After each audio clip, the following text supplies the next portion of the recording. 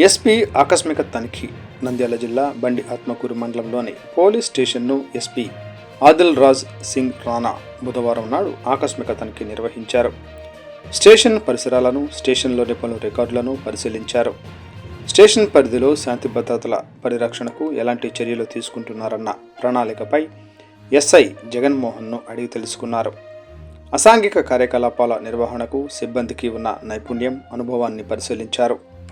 Rowdy sheeters, suspect షీటర్స్ల ప్రతి కదలిక ఎల్లవేళలా పరిశీలించాలని, స్టేషన్ పరిధిలో ప్రశాంతతకు భంగం కలిగించే ఎటువంటి చర్యలను ఉపేక్షించరాదని, చట్ట వ్యతిరేక కార్యకలాపాలకు పాల్పడే వారిపై ప్రత్యేక దృష్టి సారించాలన్నారు. స్టేషన్లో దీర్ఘకాలికంగా పెండింగ్లో ఉన్న కేసులపై ఆరా తీశారు. ఫైల్స్ను పరిశీలించి సంబంధిత నిందితులకు శిక్ష పడేలా చర్యలు తీసుకోవాలన్నారు. శాంతి భద్రత పరిరక్షణలో రాజీ పడవద్దని, అసాంఘిక శక్తుల ఆట కట్టించడంలో అప్రమత్తంగా ఉండాలని ఆదేశించారు. నిందితులను పట్టుకోవడంలో అధునాతన సాంకేతికతను ఉపయోగించుకోవాలని సూచించారు. ఈ కార్యక్రమంలో సిఐ, స్టేషన్ సిబ్బంది పాల్గొన్నారు.